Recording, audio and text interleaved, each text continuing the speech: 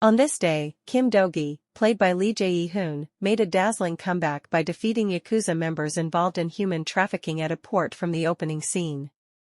When a Yakuza member asked, "Who are you?" he replied, "I'm a taxi driver," swiftly subduing him.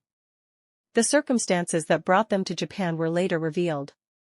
Yoon-Seo, played by Cha Si-yeon, who had been kidnapped by the Yakuza, narrowly escaped and discovered a flyer from Rainbow Transportation by chance. She called for help from a payphone, and Jang Sung-Chul, played by Kim Eui-Sung, who received the call, asked, "I'll come there. Where are you now?" However, Yoon-Seo was caught by pursuing Yakuza members and dragged away again. Jang Sung-Chul found Yoon-Seo's student ID at the payphone booth and informed the Rainbow Transportation members upon returning.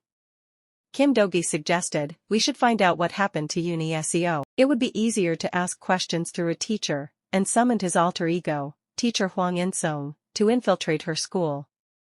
It was confirmed that Yoon-Seo had submitted an experiential learning application stating she would attend a camp. Meanwhile, her grandmother believed she had gone to a boarding academy. As they grew suspicious, Kim Do-gi met Ye-Jin, a student who knew Yoon-Seo's whereabouts, and heard the details. Yoon-Seo had been introduced to illegal mobile gambling by Ye-Jin and became addicted to gambling to fund her grandmother's eye surgery. In the process, she agreed to the terms of an advance points event, which turned out to be a loan agreement. This was part of a scheme where Ye-Jin, who had already fallen into illegal gambling and unknowingly taken on loan debt, was ordered by a loan shark to bring in friends to reduce her debt. The loan shark urged Yoon-Seo to recruit 5 friends by next week, but she struggled with guilt, and Go-Eun explained the advance points event they received while gaming is a loan. A 300,000 Korean won loan was split into 100,000 Korean won units.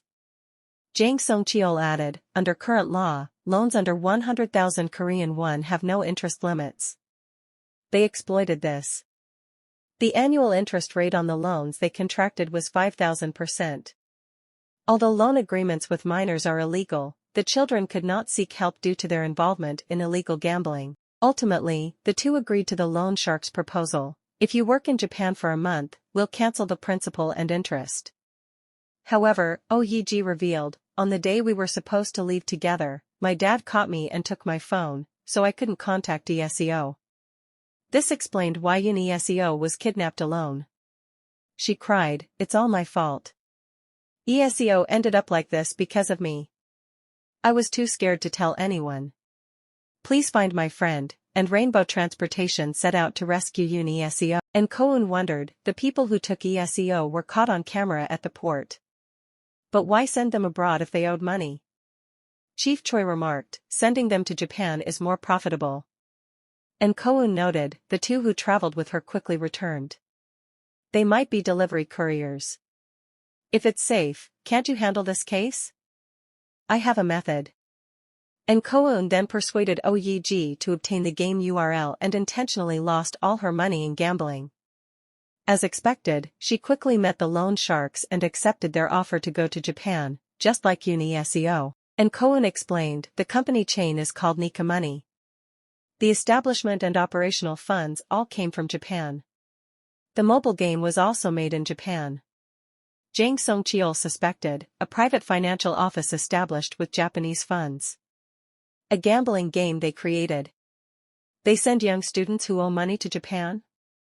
He instructed, "Let's prioritize finding Seo and put the suspicious loan company on hold." Meanwhile, Go-Eun received a call from the loan shark and headed to the passenger ship terminal. The Rainbow Transportation members followed her to Japan. Go-Eun entered a suspicious building in a waiting car, but contact was lost due to a signal-blocking wall. Panicked, Kim Do-gi rushed into the building, subdued Yakuza members, and found Go-Eun, who had already defeated a Yakuza member trying to take her belongings. The room where Go-Eun was held contained photos and luggage of women who appeared to have been kidnapped, like Yoon-Seo. Kim Do-gi interrogated a captured Yakuza member, who explained, "I just send people and erase their traces. I don't know what happens after. A car always comes to pick up cash. Check that car to find out. That's all I know." And Go-Eun said, "I photographed the license plate of the car that picked me up, and immediately tracked its location. Kim Do-gi and the Rainbow Transportation members moved to the building identified through the tracking. To infiltrate the restricted building, Kim Do-gi disguised himself as a foreigner and caused a disturbance, successfully entering. After defeating a Yakuza member, he left a message for the boss: "Tell your Oyabun, boss, that if he buys new shoes, he should call this number." At the end of the broadcast, Matsuda Keita, played by Sho Kasumatsu, the Yakuza boss, appeared. He watched CCTV footage of Kim Do-gi's declaration of war and smiled enigmatically, heightening anticipation. What do you think of this episode? Please share your thoughts with us in the comment below. Please stay tuned and thank you for watching.